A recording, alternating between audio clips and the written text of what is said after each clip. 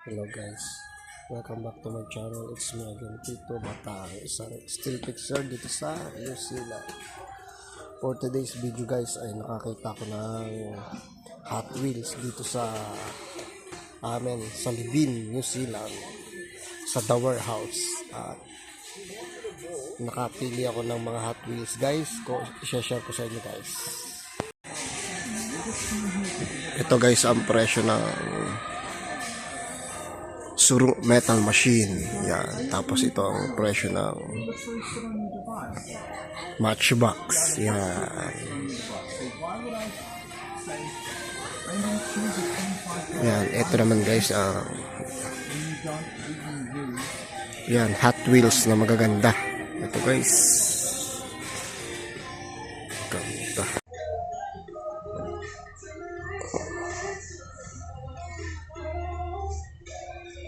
Dami. Dami guys ng Hot Wheels.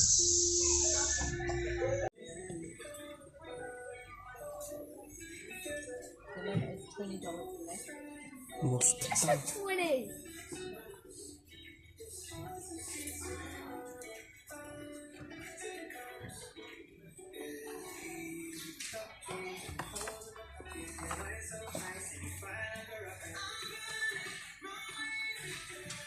Ang dami guys na Hot Wheels. So, 350 ang isa.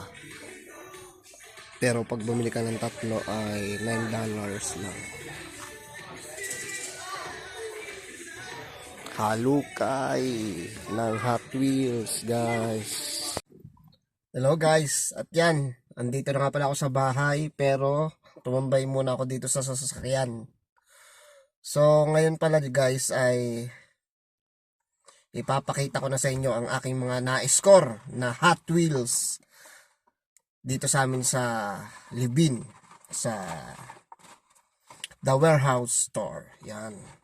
Bale, 12 piraso siya guys. Yan. At ang may ano sila ngayon, may promo. $9, 3 piraso. So pumapatak siya na $3 isa. At pero yung presyo niya dapat ay $3.50 yan ang isa. So, ito na guys, papakita ko na sa inyo ang ating mga na-score na Hot Wheels. So, ito na. Yan. Batman. Yan guys. Batman. Sunod, ito naman.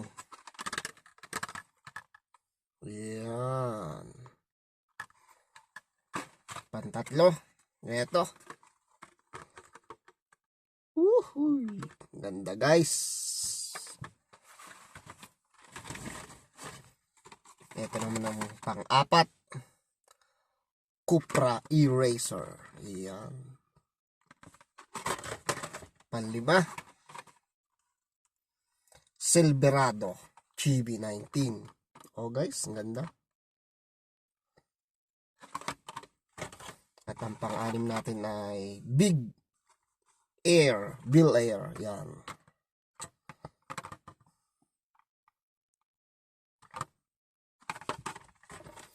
Pang-pito, ito. 69 Mercury Clone Cyclone. Yan.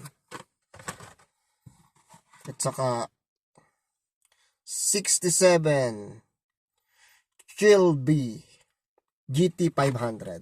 Yan.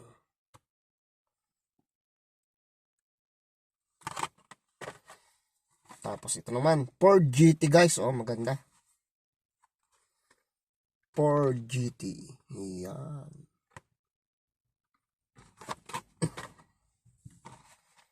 Tapos ito na, McLaren's W1. Yan. McLaren's. Yan. Hinahanap ko yung, ano guys yung Ferrari. Wala akong makita Tapos ito naman guys, Purple Passion. Oh, maganda rin siya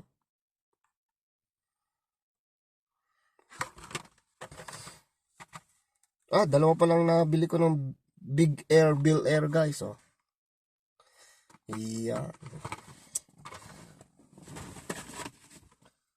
Yan lang guys ang ating video for today tungkol sa Hot Wheels collection dito sa New Zealand, at please support my channels guys. Ito nga pala si Tito Batang, isang OFW at collectors dito sa New Zealand. Please support my channel guys. Like, comment, and subscribe po. Rock and roll guys. Thanks po.